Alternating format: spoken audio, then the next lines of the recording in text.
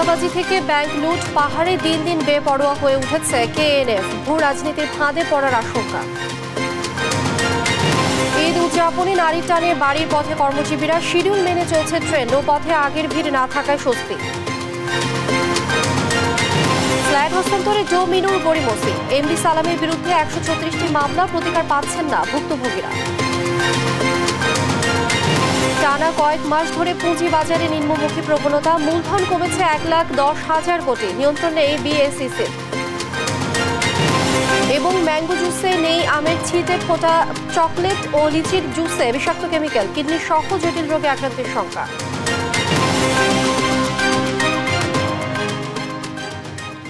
দেখছিলেন শিরোনাম সংবাদ সকালে, সঙ্গে আছি আমি লিনিয়া আফরোজ। এবারে বিস্তারিত। চাঁদাবাজি থেকে ব্যাংক লুট, 3 পার্বত্য জেলায় আতঙ্কের নাম কুকি চিন ন্যাশনাল ফ্রন্ট কেএনএফ। বান্দরবানের রুমা ও থানচিতে ব্যাংক ডাকাতি, হামলা, অস্ত্র লুট এবং সরকারি কর্মকর্তা অপহরণ পাহাড়ে তাদের সন্ত্রাসের নতুন মাত্রা যোগ করেছে। দিন যত গড়াচ্ছে ততই সমাধানের পথ দূরে সরে যাচ্ছে কেএনএফ। সংশ্লিষ্টরা বলছেন, নিজেদের অবস্থান জানান দিতে অথবা ভূ রাজনীতির ফাঁদে পড়ে কেএনএফ এমন বেপরোয়া হয়ে উঠেছে। বান্দরবান থেকে সহকর্মী আবুল বাশা নয়নের পাঠানো তথ্য চিত্রে টুম্পা আফরোজের রিপোর্ট। চীন স্টেট এবং মিজোরামের যেগুলো আছে তাদের সাথে একত্র হয়ে যদি মানে সশস্ত্রভাবে যদি তাদের তো থাকে, তাহলে আমাদের জন্য বিপজ্জনক। পার্বত্য চট্টগ্রামে সবচেয়ে আলোচিত নাম কুকি চিন ন্যাশনাল ফ্রন্ট কেএনএফ। 2 বছরের মধ্যে নিরাপত্তা বাহিনীর ওপর হামলা, জঙ্গি প্রশিক্ষণ, চাঁদাবাজি, অপহরণ সহ নানা ঘটনায় দিন দিন বেপরোয়া হয়ে উঠছে তারা। এ নিয়ে বম জাতিগোষ্ঠীর অস্ত্রধারী যুবকদের শান্তির পথে ফিরিয়ে আনতে সরকার কয়েক দফা উদ্যোগ নিয়ে ব্যর্থ হয়। সশস্ত্র কার্যক্রম থেকে বিরত থাকার চুক্তি হলেও কথা রাখেনি কেএনএফ।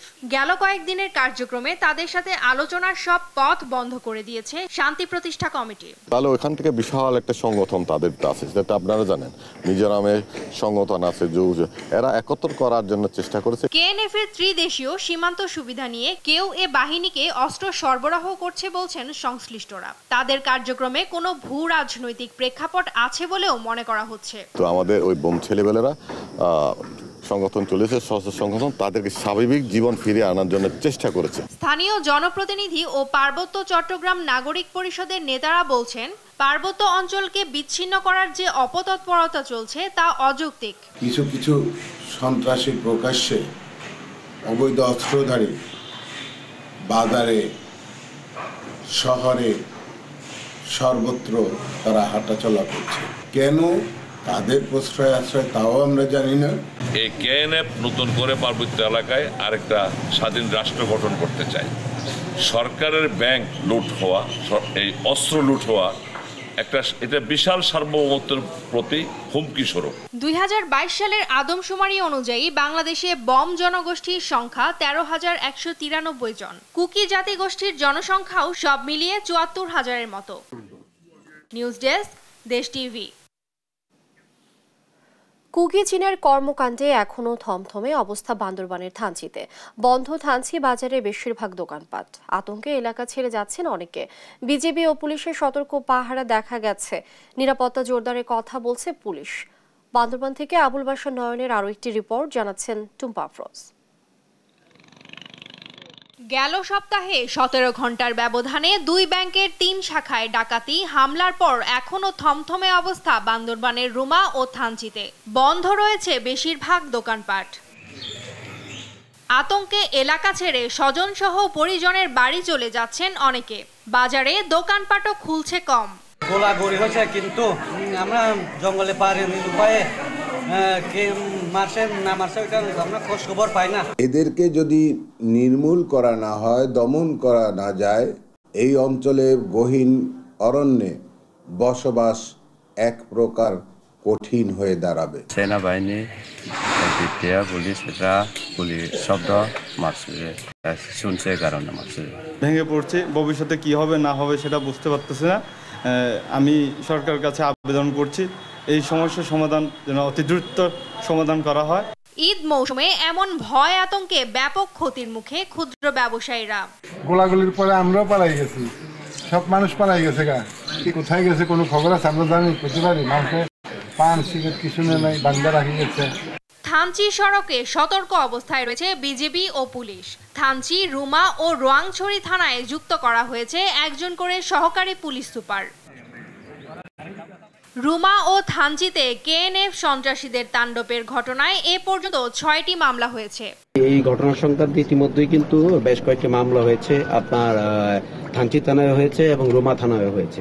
তদন্ত করলে আরো পারিপার্শ্বিক বিভিন্ন লোকজনকে জিজ্ঞাসাবাদ করলে প্রকৃত ঘটনা বেরিয়ে আসবে যে কিভাবে কি হয়েছিল, তারা কোথা থেকে এসেছিল, কি বা তাদের উদ্দেশ্য ছিল। দ্রুত কেএনএফ সদস্যদের কার্যকলাপ নিয়ন্ত্রণ করে শান্তি প্রতিষ্ঠা হবে পার্বত্য চট্টগ্রামে, এমন প্রত্যাশা এলাকাবাসীর। নিউজ ডেস্ক, দেশ টিভি। ঈদ যাত্রার চতুর্থ দিনে ঢাকা রেল স্টেশনে বাড়ি ফেরা মানুষের চাপ ছিল চোখে পড়ার মতো। সকাল থেকে ধূমকেতু এক্সপ্রেস, পারাবাত এক্সপ্রেস, সোনার বাংলা এক্সপ্রেস সহ বেশ কয়েকটি আন্তনগর ট্রেন কমলাপুর ছেড়ে চলে যায়। তবে চতুর্থ দিনে সময় মেনে চলতে পারেনি বেশ কয়েকটি ট্রেন। বাড়ছে বিলম্বের পরিমাণ। রাজশাহীগামী ধূমকেতু এক্সপ্রেস ছাড়ে 10 মিনিট দেরিতে, আর সিলেটগামী পারাবত এক্সপ্রেস আধা ঘন্টা দেরিতে ছেড়ে যায়। তবে এ নিয়ে কোনো আক্ষেপ নেই যাত্রীদের। সবার চোখে মুখে ছিল প্রিয়জনের সঙ্গে ঈদ করতে যাওয়ার আনন্দ।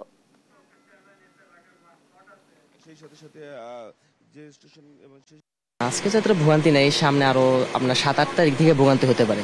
আজকে অনেক মানুষ কমই যাবে, অফিস বন্ধ থেকে। ঈদ উদযাপনে ঢাকা ছাড়ছে মানুষ। বাস ও লঞ্চ টার্মিনাল এবং রেল স্টেশনে ভিড় করছেন যাত্রীরা। রেলের ঈদযাত্রার খবর জানবো, সরাসরি যুক্ত হচ্ছেন সহকর্মী নিয়াজ মোরশেদ। নিয়াজ, ঈদযাত্রার চতুর্থ দিনের কি খবর আছে এই মুহূর্তে জানাবেন? ধন্যবাদ। ঈদযাত্রার আজকে চতুর্থ দিন চলছে। এই মুহূর্তে আছি কমলাপুর রেল স্টেশনে। এখান থেকে ইতিমধ্যে প্রায় 8 থেকে 10টি ট্রেন কিন্তু সকাল থেকে ছেড়ে গিয়েছে বিভিন্ন গন্তব্যে, এবং আপনার আজকে কিন্তু যাত্রীদের বেশ চাপ রয়েছে। এবং আপনার আজকে কিন্তু স্পেশাল দুটি ট্রেনও কিন্তু ছাড়া হবে আপনার এই কমলাপুর রেল স্টেশন থেকে, এবং ক্যান্টনমেন্ট থেকেও কিন্তু যে দুটি ট্রেন ছাড়া হবে সেটি কিন্তু চিলাহাটিগামী যেসব ট্রেন রয়েছে সেটি কিন্তু দুটি ট্রেন ছাড়া হবে। সেটিতে কিন্তু আপনার কোনো ধরনের কোনো আপনার বিমানবন্দরে কিন্তু এটি কিন্তু আসলে আপনার যাত্রা বিরতি দেবে না। আমরা যাত্রীদের সাথে কথা বলেছি, তারা বেশ স্বাচ্ছন্দ্যেই এই ট্রেন যাত্রাকে আসলে উপভোগ করছেন। তবে কিছুটা বিলম্বিত হয়েছে, কয়েকটি ট্রেন আসলে কিছুটা বিলম্বে ছাড়া হয়েছে। যেমন ধূমকেতু এক্সপ্রেস, এটি কিন্তু প্রায় 10 মিনিট লেট করেছে। এবং আপনার আর যে বিভিন্ন ট্রেন রয়েছে, আপনার রাজশাহীগামী ট্রেন রয়েছে, ঘন্টার বেশি কিন্তু আসলে আপনার আর এটি আপনার একটু বাণিজ্যিক বাংলাদেশ রেলের যে বিভাগীয় বাণিজ্যিক কর্মকর্তা, আমরা একটু তার সাথে কথা বলবো। আজকে আসলে কতগুলো ট্রেন যাত্রা করবে, এই ছেড়ে যাবে কমলাপুর রেল স্টেশন থেকে, এবং আপনাদের আসলে স্পেশাল কয়টা ট্রেন ছাড়বে, এবং যে চিলাহাটিগামী আসলে কয়টা ট্রেন ছাড়বে যদি একটু বলেন। আজকে ঈদ যাত্রার চতুর্থ দিন। এই দিনে আপনার টোটাল 68 জোড়া ট্রেন ছেড়ে যাবে। এর মধ্যে ক্যান্টনমেন্ট স্টেশন থেকে 2টি ট্রেন, আর বাকি 66 জোড়া ট্রেন ঢাকা থেকে বিভিন্ন গন্তব্যের উদ্দেশ্যে ছেড়ে যাবে, এবং 1 জোড়া স্পেশাল আজকে ছেড়ে যাচ্ছে। আমরা দেখেছি কয়েকটা ট্রেন কিছুটা বিলম্বিত করেছে, সে বিষয়ে আসলে কেন বিলম্বিত করেছে? একটা ট্রেন ধূমকেতু সেটা একটু লেটে এসেছিল। আপনারা জানেন যে ঈদের সময় অনেক যাত্রী থাকে, আমাদের বিভিন্ন স্টেশনে স্টপেজ থাকে, ওঠা নামা করতে হয়। যেখানে যে স্টেশনে 2 মিনিট থাকে সেই স্টেশনে হয়তো বা যাত্রীর সুবিধার্থে যাত্রীর জন্যই 5 মিনিট হয়। এভাবে আস্তে আস্তে একটা ট্রেন হয়তো বা আধা ঘন্টা বা 40 মিনিট লেট হয়ে থাকে। বেসিক্যালি এইটার কারণেই ঈদের সময়, আর এই একটা ট্রেন এই কারণে হয়েছিল, আর অন্য সব ট্রেনগুলো রাইট টাইমে ছেড়ে গিয়েছে। যেমনটা শুনছিলেন লিনিয়া, আসলে ট্রেন যে বিলম্বিত হয়েছে সেই বিলম্বিত হওয়ার কারণে তিনি বলছিলেন যে শুধুমাত্র আপনার ট্রেনটি স্টেশনে পৌঁছতে আর কি কিছুটা সময় নিয়েছে, এবং সেই কারণে আর কি আপনার এখান থেকে ছেড়ে যেতেও সময় লেগেছে। এমনটি বললেন আমাদের যে বিভাগীয় বাংলাদেশ রেলের যে বিভাগীয় বাণিজ্যিক কর্মকর্তা, তিনি যদিও যাত্রীরা কিন্তু আপনার বেশ স্বচ্ছন্দেই আসলে ট্রেন যাত্রাটি উপভোগ করছেন। যদি কোনো ধরনের বিশৃঙ্খলা নেই, আইনশৃঙ্খলা রক্ষাকারী বাহিনী কিন্তু এখানে কাজ করছেন, এবং আপনারা সাদা পোশাকেও কিন্তু আইনশৃঙ্খলা রক্ষাকারী বাহিনী আছে। আমরা তাদের সাথে কথা বলেছি, তারাও বলছেন যে যথেষ্ট নিরাপত্তা ব্যবস্থা দেওয়া হয়েছে যাত্রীদের, এবং যাত্রী যত সঠিক সময় যেন ট্রেনে পৌঁছতে পারে এবং কোনো ধরনের কোনো যাত্রাপথে কোনো বিশৃঙ্খলা না হয় সেটি কিন্তু আসলে তারা দেখছেন। এই ছিল আমার কাছে কমলাপুর রেল স্টেশন থেকে সর্বশেষ তথ্য। নিয়াজ, অসংখ্য ধন্যবাদ আপনাকে। শুরু হলো নৌপথে ঈদের যাত্রা। রাজধানীর সদরঘাট থেকে দক্ষিণাঞ্চলের 41টি রুটে যাত্রী বহন শুরু করেছে 126টি বিশেষ লঞ্চ। ভোর থেকেই দূরপাল্লা যাত্রীদের সমাগম সদরঘাটে। বেলা বাড়ার সঙ্গে সঙ্গে বাড়ছে যাত্রীর ভিড়। তবে অন্যান্য বছরের তুলনায় যাত্রী কম হওয়ায় হতাশ লঞ্চ মালিক শ্রমিকরা। শেষ কয়েকদিন যাত্রী বাড়বে বলে আশা করছেন তারা। এই বিষয়ে আরো জানাচ্ছেন এনআই নাহিদ। পবিত্র ঈদুল ফিতরের বাকি আর মাত্র কয়েকদিন। প্রিয়জনের সঙ্গে ঈদ আনন্দ ভাগাভাগি করতে নৌপথেও বাড়ি ফিরছে নদীবেষ্টিত বিভিন্ন জেলার মানুষ। সদরঘাট থেকে চাঁদপুরের উদ্দেশ্যে ছেড়ে যাচ্ছে একের পর এক লঞ্চ। এবার ঈদ ছুটি আগেভাগে পাওয়ায় গ্রামে ছুটছেন কর্মজীবীরা। স্বস্তিতে যাতায়াতের জন্য লঞ্চ এখনো অনেকের পছন্দ বলে জানান যাত্রীরা।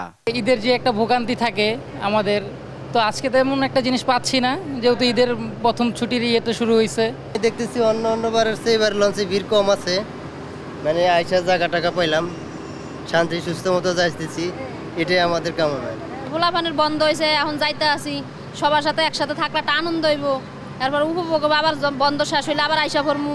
আর তাছাড়া এভিরকার মতন এরকম আরামে কোনো সময় যাই নাই। সদরঘাটে আইসা মানে লঞ্চে উঠতে পারবো, কেবিন পাবো, এই সময় এটা একেবারে অকল্পনীয়, যেটা অন্যান্য বছরের তুলনায়। ঢাকাতে হসপিটালে বাবু হয়েছে, এখন বাবুকে নিয়ে যাচ্ছি নতুন চাঁদপুরে। পদ্মা সেতু হওয়ায় দক্ষিণাঞ্চলের মানুষ এখন সড়ক পথেই যাতায়াত বেশি করেন। আবার সদরঘাটে পৌঁছাতে যানজটের ভোগান্তির কারণেও লঞ্চে যাত্রী তুলনামূলক কম বলে মনে করেন সংশ্লিষ্টরা। গতকালকা পরে আমাদের 70-80 হাজার টাকার মতো তেলের ডিজেলের টাকাই নেই।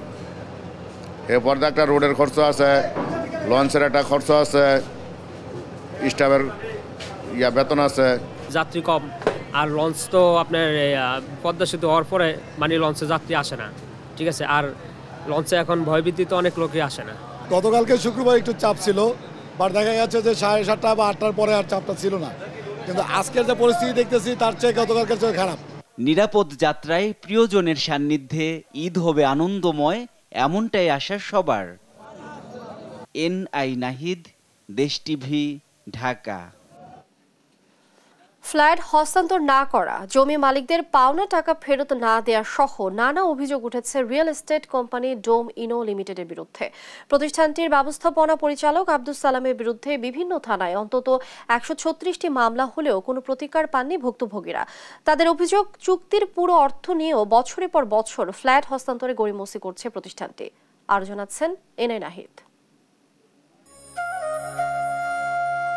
বীর মুক্তিযোদ্ধা এম সিরাজুল করিম জীবন বাজি রেখে মুক্তিযুদ্ধ করে দেশ স্বাধীন করলেও এখন নিজের কেনা ফ্ল্যাট বুঝে পেতে নতুন করে সংগ্রাম করতে হচ্ছে তাকে।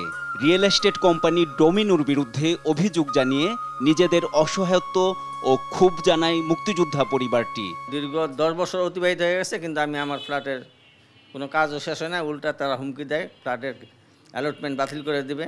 আমি ওখানে একজন নগণ্য সাধারণ মুক্তিযোদ্ধা, যদি মাননীয় প্রধানমন্ত্রী এ ব্যাপারে হস্তক্ষেপ করেন তাহলে এটা আমার পাওয়ার সম্ভাবনা আছে, আর নয়তো এটা পাওয়ার কোনো আর বাকি জীবনে আর পাওয়ার আর অতদিন বাঁচবো না। আমি আমাদের ইন থেকে যতটুকু করার আমরা তাদের সহযোগিতা করেছি, কিন্তু তারা কোনোভাবে আমাদের সহযোগিতা তো করেইনি, বরঞ্চ এখন আমাদের ফ্ল্যাট আমাদের বুঝিয়ে দিতে গড়িমসি করতেছে। খিলগাঁওয়ের পুনর্বাসন জোনের বিবাই 439 হোল্ডিংয়ের ডোমিনোর ময়ূরাক্ষী ভ্যালাইসু নামে 8তলা ভবনটির ফ্ল্যাট ক্রেতারা 90% মূল্য পরিশোধ করলেও কাউকেই হস্তান্তর করা হয়নি। অথচ 2017 সালের প্রথম সপ্তাহের মধ্যেই ফ্ল্যাট হস্তান্তরের কথা ছিল। একই অভিযোগ ক্যান্সার বিশেষজ্ঞ চিকিৎসক স্বপন বন্দ্যোপাধ্যায়ের। তিল তিল করে জমানো কষ্টার্জিত টাকায় পরিবার পরিজন নিয়ে বসবাসের আশায় ফ্ল্যাট কেনার জন্য চুক্তি করেন ডমিনোর সঙ্গে। 4 বছর আগে হস্তান্তর করার কথা থাকলেও ফ্ল্যাট হস্তান্তর করেনি প্রতিষ্ঠানটি। মাত্র 50% কাজ, টাকা ডান অলমোস্ট 100%। এমত অবস্থায় সালাম সাহেবের সাথে আমাদের কথোপকথন এরকম ছিল যে আপনি আমাদের দয়া করে হ্যান্ডওভার করে দিন। ফ্ল্যাট বুঝে পেতে কার্যকরী ব্যবস্থা নিতে প্রধানমন্ত্রী সহ প্রশাসনের হস্তক্ষেপ কামনা করেন ভুক্তভোগীরা। এখন যদি শুধু আমাদেরকে হ্যান্ডওভারটা উইথ রেজিস্ট্রেশন দিয়ে দেয়, আমরা সবাই মিলে আমাদের কাজটা আমরা করে নেব। মাননীয় প্রধানমন্ত্রীর দৃষ্টি আকর্ষণ করছি আমাদের এই প্রজেক্টের ব্যাপারে, শুধু হ্যান্ডওভার এবং রেজিস্ট্রেশন এটুক করে দিলে আমরা বিল্ডিংটা পরিপূর্ণ নির্মাণ করে নিতে সক্ষম হব। ফ্ল্যাট মালিকদের পাশাপাশি অনেক জমির মালিকও ডোমিনোর প্রতারণার শিকার হয়েছে। 10 মার্চ এক সংবাদ সম্মেলন করে তারা। রাজধানীতে 22টি ভবনের নির্মাণ কাজ বন্ধ রাখা হয়েছে বলে জানান ভুক্তভোগীরা। এ বিষয়ে ডোমিনোর সঙ্গে নানাভাবে যোগাযোগ করেও সাড়া পাওয়া যায়নি। এনআই নাহিদ, দেশ টিভি, ঢাকা। কয়েক মাস ধরে পতনের মধ্য দিয়ে যাচ্ছে দেশের পুঁজিবাজার। 3 মাসে বিনিয়োগকারীদের মূলধন কমেছে 1,10,000 কোটি টাকার বেশি। এতে ক্ষুব্ধ বিনিয়োগকারী বলছেন, বাজারের উপর নিয়ন্ত্রণ সংস্থা বিএসইসির কোনো নিয়ন্ত্রণ নেই। আর বিশ্লেষকরা জানান, উত্থান পতন স্বাভাবিক বিষয়, কিন্তু পতনের ধারা যাতে দীর্ঘায়িত না হয় সেদিকে নজর রাখতে হবে। বাজারের এমন টালমাটাল অবস্থায় আশ্বস্ত হতে পারছেন না বিনিয়োগকারীরা। আমেনা প্রণামীর প্রতিবেদনে বিস্তারিত।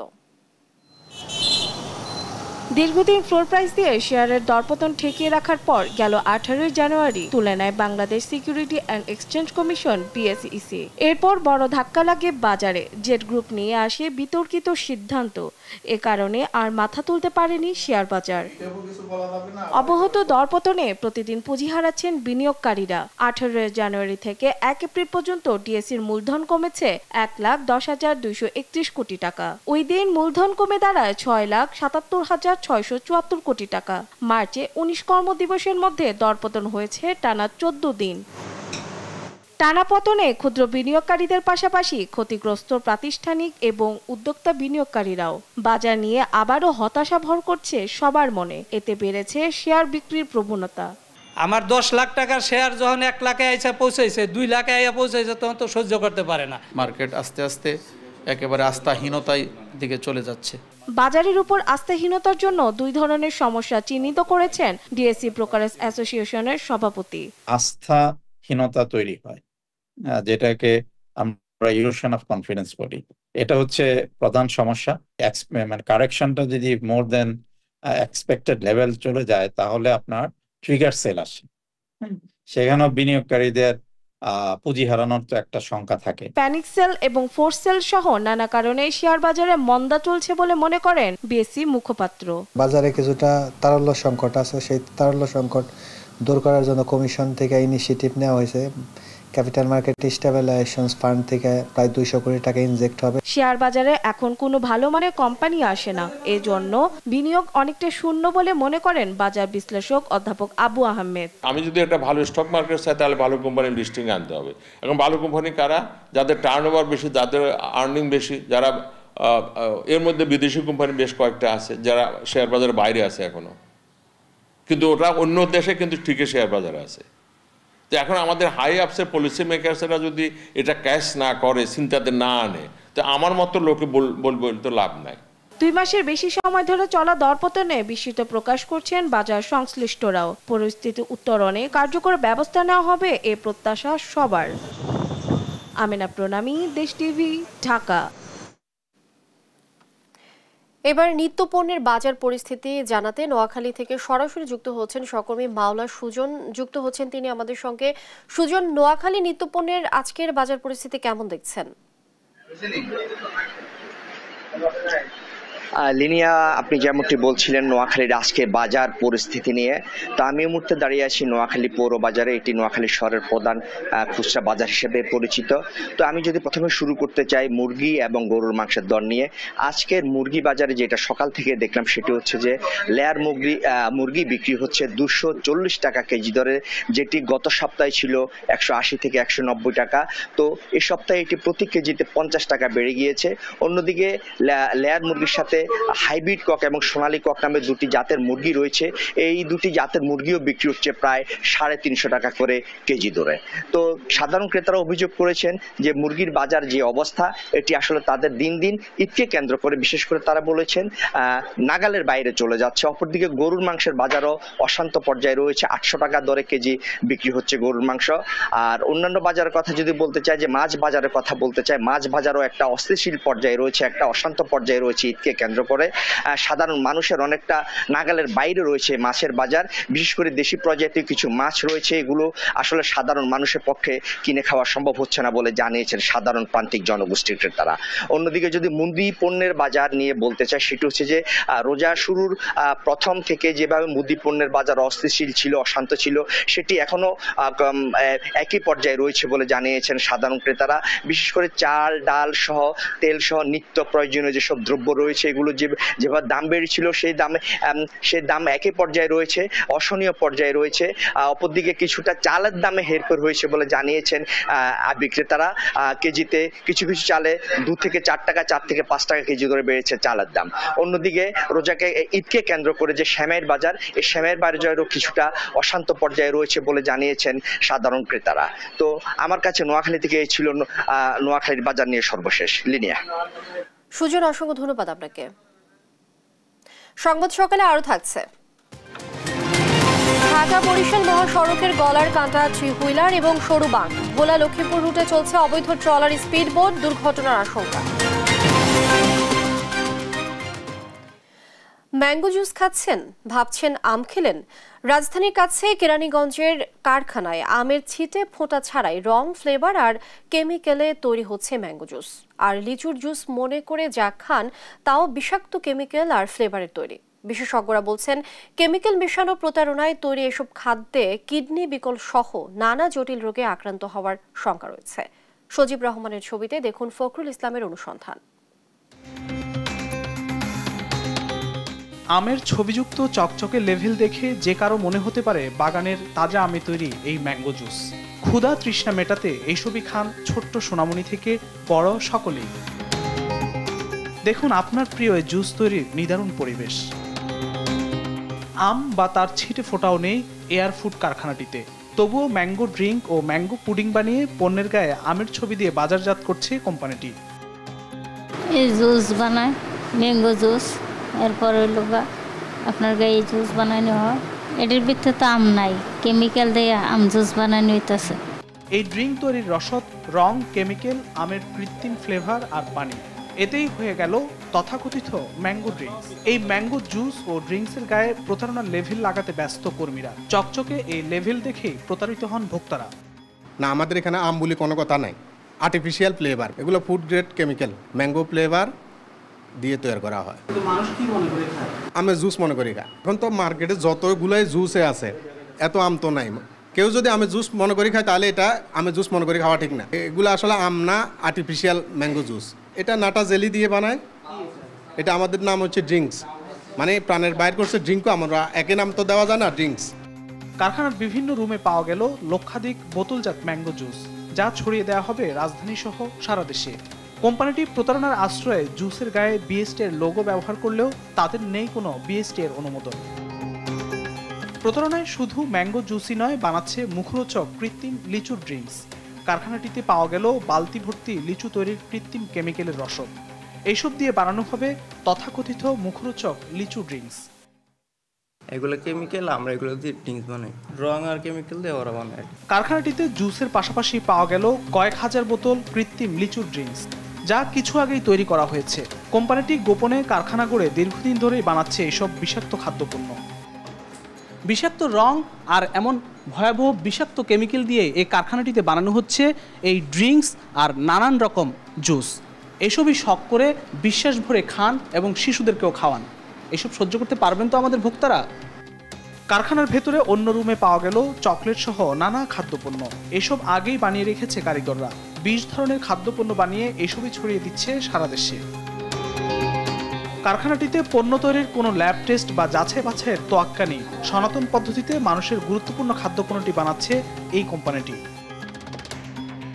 এগুলি তো অত্যন্ত দেহের জন্য, তো মানব দেহের জন্য খুবই ক্ষতিকর, এবং এটা কিন্তু আরও সবচেয়ে বেশি দুঃখজনক হলো এটা এইসব পণ্য কিন্তু বেশি, কিন্তু তারা ওই তাদের অ্যাডভার্টাইজগুলি এভাবে থাকে, ছোটো ছোটো শিশুরা, বাচ্চারা, স্কুল গোয়িং বাচ্চা যেগুলি আছে, তারা এটার প্রতি লোভনীয় তৈরি করে তোলে এবং তারা খাচ্ছে, যার জন্য দেখা গেছে যে এখন অনেক শিশুর কিন্তু আপনার কিডনি নষ্ট হয়ে যেতেছে। এইসব অসাধু কোম্পানির লাইসেন্স প্রদান, নবায়ন ও তদারকি প্রক্রিয়া আরও কঠোর করার আহ্বান বিশেষজ্ঞদের। ফখরুল ইসলাম, দেশ টিভি, ঢাকা। সাসেক্স সড়ক সংযোগ প্রকল্পে হাটিকুমরুল ও এলেঙ্গায় দুটি ফ্লাইওভার খুলে দেওয়া হচ্ছে আজ। এই বিষয়ে জানবো সিরাজগঞ্জ থেকে যুক্ত হচ্ছেন সহকর্মী সাইম উদ্দিন। যুক্ত হচ্ছেন সাইম আমাদের সঙ্গে। সাইম, কখন নাগাদ ফ্লাইওভারটি খুলে দেওয়া হবে, যানজট নিরসনে কতটা ভূমিকা রাখবে এটি জানাবেন। লিনিয়া, এই কথা বলতে গেলে আসলে শুরুর দিকে যেটা বলতে চাই, এটা হচ্ছে একটি বাজার এলাকা। এই কারণে এই জায়গাটি আসলে একটি অতি গুরুত্বপূর্ণ অথবা ঝুঁকিপূর্ণ স্থান বলে চিহ্নিত করা হয়েছিল যানজটের কারণে, যে কারণে এখানে একটি ওভারপাস নির্মাণ করা হয়েছে এলেঙ্গা থেকে হাটিকুমরুল 4 লেনে উন্নীতকরণ প্রকল্পের আওতায়। এটি উন্মুক্ত করে দেওয়ার ফলে আসলে মহাসড়কে যে ঈদ যাত্রায় যে যানজটের আশঙ্কাটা রয়েছে সেটি কিন্তু আসলে অনেকাংশেই কমে যাবে। এছাড়াও সিরাজগঞ্জে আরও দুটি ওভারপাস খুলে দেওয়া হয়েছে, একটি মুলিবাড়ি ওভারপাস, একটি দাঁতপুর ওভারপাস। এই দুটি খুলে দেওয়ার ফলে আসলে এই জায়গাগুলো করা সেটি কিন্তু আর যানবাহনের জন্য করতে হচ্ছে না, যে কারণে আসলে এই মহাসড়কগুলোতে যে যানবাহনের অতিরিক্ত চাপ সেটি আসলে অতিক্রম করার জন্য আসলে এই সেতুগুলো খুলে দেওয়া হয়েছে। এছাড়া আমরা সাসেক প্রকল্পের যিনি প্রকল্প পরিচালক রয়েছেন এখানকার পাভেল, তার সাথে কথা বলেছি। তিনি আমাদের জানিয়েছেন যে এর আগে কিন্তু নলকা ওভারপাস এবং নলকা ফ্লাইওভার যেগুলো ছিল সেগুলো খুলে দেওয়া হয়েছে। আমরা যতটুকু কথা বলেছি সেটি এই মহাসড়কে কিন্তু যে ঈদযাত্রার ছুটি সেটি কিন্তু আসলে শুরু হয়ে গিয়েছে, যে কারণে আসলে গত 2 দিনের তুলনায় কিন্তু আজকে যানবাহনের পরিমাণটাও বেশি। এটি আমরা যে বঙ্গবন্ধু সেতু কর্তৃপক্ষের কাছ থেকে জেনেছি। এছাড়াও আমরা যতটুকু জেনেছি যে এলাকা থেকে হাটিকুমরুল মহাসড়কটি এইটি আসলে উত্তরবঙ্গের মানুষের জন্য আসলে একটি যানজটের কারণ এবং ভোগান্তি এবং দুর্ভোগের কারণ ছিল। যে এই দীর্ঘ এই সময় পরে কিন্তু আসলে এই ব্রিজগুলো যদি যে কারণে খুলে দেওয়া হয়েছে সেটি কিন্তু আসলে যানজট নিরসন করবে, এটি কিন্তু মানুষ মনে করছে। এবং সিরাজগঞ্জে এই বঙ্গবন্ধু সেতু পশ্চিম পারে আসলে তেমনটি যানজট নেই, যানবাহনের যে চাপ রয়েছে সেটি কিন্তু অতিরিক্ত বৃদ্ধি পেয়েছে। লিনিয়া, সাইম, অসংখ্য ধন্যবাদ আপনাকে। ঢাকা বরিশাল মহাসড়কের গলার কাঁটা হয়ে দাঁড়িয়েছে 3 হুইলার এবং সরু বাঁক, যা আসন্ন ঈদে ভোগাবে এই রুটে চলাচলকারী যানবাহনকে। সাম্প্রতিক সময় দুর্ঘটনার হার বাড়লেও মহাসড়কে 3 হুইলার বন্ধ কিংবা রাস্তা উন্নয়নের কোনো উদ্যোগ নেয়নি প্রশাসন। বরিশাল প্রতিনিধি শফিক মুন্সির পাঠানো তথ্যচিত্রে বিস্তারিত জানাচ্ছেন আলনোমান। পদ্মা সেতু উদ্বোধনের পর ঢাকা থেকে বরিশাল আসতে যাত্রীদের প্রথম পছন্দ সড়কপথ। আসন্ন ঈদে এই রুটে যাত্রী বাড়বে সাধারণ সময়ের চেয়ে কয়েক গুণ। কিন্তু বিভিন্ন স্থানে সরু বাঁক এবং অবৈধ 3 হুইলারের দৌরাত্মে দিন দিন ঝুঁকিপূর্ণ হয়ে উঠছে ঢাকা বরিশাল মহাসড়ক। এছাড়া এই রুটে সড়কে অবস্থিত বৈদ্যুতিক খুঁটির কারণে প্রতিনিয়ত ছোটখাটো দুর্ঘটনা লেগেই থাকে। রিক্সা, ভ্যান, অটো, গরুর গাড়ি, ঠেলা গাড়ি সব চলতেছে এই হাইওয়ে রোডে। তারপর আবার দোকানপাট সব মনে করেন যে রাস্তার উপরে। ওরা মনে করেন নিয়ন্ত্রণ ভাবে ব্রেক করতে পারে না, ওরা এক পাশে ব্রেক করে আর এক পাশ দিয়ে গাড়ি যেতে পারে না। রাস্তা ছোট, যানবাহনে এত ঝামেলা হয়, গাড়ি চালাইতে পারি না রোডে ঘাটে। এটা প্রতিনিয়ত 2-1টা মনে করেন যে অ্যাক্সিডেন্ট হইতেছে বরিশাল রোডে অন্তপক্ষে। পরিবহন মালিকদের পক্ষ থেকে বারবার মহাসড়কে 3 হুইলার বন্ধের দাবি উঠলেও এখনো কার্যকর করা সম্ভব হয়নি। এই 3 হুইলারের জন্য অনেক অ্যাক্সিডেন্ট হয়েছে, অনেক প্রাণ গিয়েছে। তো এইবার আমরা প্রশাসনের সাথে মিটিং করে এই 3 হুইলার বিষয়ে আমরা খুব কঠোর অবস্থানে রয়েছি, যাতে 3 হুইলার এই রাস্তায় চলতে না পারে সেভাবে আমাদের একটা ব্যবস্থা নেওয়া হয়েছে। ট্রাফিক বিভাগ বলছে ঈদে যাত্রী পরিবহন নিরাপদ রাখতে নানা উদ্যোগ নিয়েছে প্রশাসন। পুলিশ কমিশনার স্যারের নির্দেশে এবং স্যারের সভাপতিত্বে আমরা চালক, মালিক, শ্রমিক, বাস মালিক সবাইকে নিয়ে আমরা একটা মিটিংয়ে বসেছি। এ ব্যাপারে কঠোর নির্দেশনা দেওয়া হয়েছে যে ওভারটেকিং, তারপরে যে বেপরোয়াভাবে গাড়ি চলে, ফিটনেসবিহীন গাড়ি, তারপরে অদক্ষ চালক দিয়ে যে গাড়ি চালানো হয়, এইগুলা বন্ধের জন্য আমরা বলে দিয়েছি এবং আমরা তৎপর আছি। পরিসংখ্যান বলছে এই রুটে বিগত 3 মাসে 4টি বড় দুর্ঘটনায় প্রাণ হারিয়েছেন 10 জন, আর হতাহতের সংখ্যা শতাধিক। নিউজ ডেস্ক, দেশ টিভি। সংবাদ সকালে আরো থাকছে। গাজায় গণহত্যার দায়ে ইসরায়েলের কাছে অস্ত্র বিক্রি বন্ধে জাতিসংঘ মানবাধিকার পরিষদে প্রস্তাব পাশ, পক্ষে ভোট দিল বাংলাদেশ। সরকারি নিষেধাজ্ঞা অমান্য করে ভোলা লক্ষ্মীপুর রুটে চলছে অবৈধ ট্রলার স্পিড বোট। প্রয়োজনীয় লঞ্চ ও সি ট্রাকের অভাবে বাধ্য হয়ে জীবনের ঝুঁকি নিয়ে যাতায়াত করছেন অনেকে। এতে উত্তাল মেঘনার বিপজ্জনক ঢেউয়ে দুর্ঘটনা ঝুঁকি বাড়ছে। ঈদের সামনে রেখে যাত্রীর চাপ বাড়লেও কোনো লঞ্চ না দেওয়ায় নিরাপদ যাত্রা নিয়ে শঙ্কায় যাত্রীরা। বিস্তারিত ভোলা প্রতিনিধি ছোটন সাহা রিপোর্টে। ভোলার সাথে দেশের দক্ষিণ পশ্চিমাঞ্চলের জেলাগুলোর যোগাযোগের সহজ মাধ্যম হচ্ছে নৌপথ। এ অঞ্চলের যাত্রীদের বেশিরভাগই ব্যবহার করেন ভোলা লক্ষ্মীপুর রুট। কিন্তু 15 মার্চ থেকে 15 অক্টোবর এ রুটটি ডেঞ্জার জোনে থাকায় শুধু সি ট্রাক ও সি সার্ভে সনদধারী লঞ্চ চলাচলের অনুমতি রয়েছে। মেঘনার উত্তাল সময়ে মাত্র 4টি সি ট্রাক ও একটি লঞ্চ চলাচলের অনুমোদন রয়েছে, কিন্তু প্রয়োজনের তুলনায় তা কম হওয়ায় জীবনের ঝুঁকি নিয়ে ছোট ছোট ট্রলার ও স্পিড বোটে যাতায়াত করছেন মানুষ। এতে দুর্ঘটনার আশঙ্কা করছেন তারা। অনেক ঝুঁকি নিয়ে যাইতে হয়, ধরুন বাতাস টাতাস চাললে বানবনের দিন এই দিনে স্ক্রিন বোর্ডে যাইতে তোরই লস সবসময় চলছে, লস 2 লাখ চলছে সবসময়। আমরা যেসব মনে গেছি এখন তো 3 ঘন্টা আগাই পড়েছি, লস নাই, অনেক সিনেমাটা কেন দড়ি ঘুরে নিতে। আমাদের অনেক ঝুঁকি থাকলে কি হবে, তো বাপ মার কাছে তো আমাদের যাওয়া লাগবে। যাত্রীদের অভিযোগ, নিষেধাজ্ঞা অমান্য করে অবৈধভাবে এসব ছোট নৌযান চললেও নেই প্রশাসনের নজরদারি। এসব নৌযানে অতিরিক্ত ভাড়া গুনতে হচ্ছে অভিযোগ করে এ রুটে আরো লঞ্চ দেওয়ার দাবি জানান যাত্রীরা। যদি কর্তৃপক্ষ এখানে আরো ভালো লঞ্চ দিয়ে দিত, বেশি লঞ্চ দিত, তাহলে আমরা টাইম টু টাইম লঞ্চটা যদি পেতাম, আমরা স্পিড বা ট্রলার ইউজ করতাম না, তখন আমাদের জীবনের যাত্রার মানও ভালো হতো, আমাদের ঝুঁকিটা কমে যেত। এখানে যাত্রীদের অনেক চাপ, নৌযানের সংখ্যা কমের কারণে মানুষ বাধ্য হয়ে ঝুঁকিপূর্ণ লঞ্চগুলোতে যাতায়াত করে। কিন্তু লঞ্চ না থাকার কারণে আমরা যেতে হয় এগুলা দিয়ে। জেলা প্রশাসক জানান, নিরাপত্তা স্বার্থে অবৈধ নৌযান চলাচল বন্ধে ব্যবস্থা নেওয়া হবে। ট্রলার এবং স্পিডবোট মালিক তারা যাতে এই সকল মানুষকে, যাত্রীকে নিয়ে বিপদের মধ্যে না ফেলতে পারে, সেটার জন্য আমরা ক্রমাগত মোবাইল কোর্ট পরিচালনা করার সিদ্ধান্ত গ্রহণ করেছি। প্রতি বছর ঈদ উদযাপনে গ্রামের বাড়ি ভোলায় আসেন রাজধানী সহ বিভিন্ন জেলায় কর্মরত 3 লাখের বেশি মানুষ। নিউজ ডেস্ক, দেশ টিভি।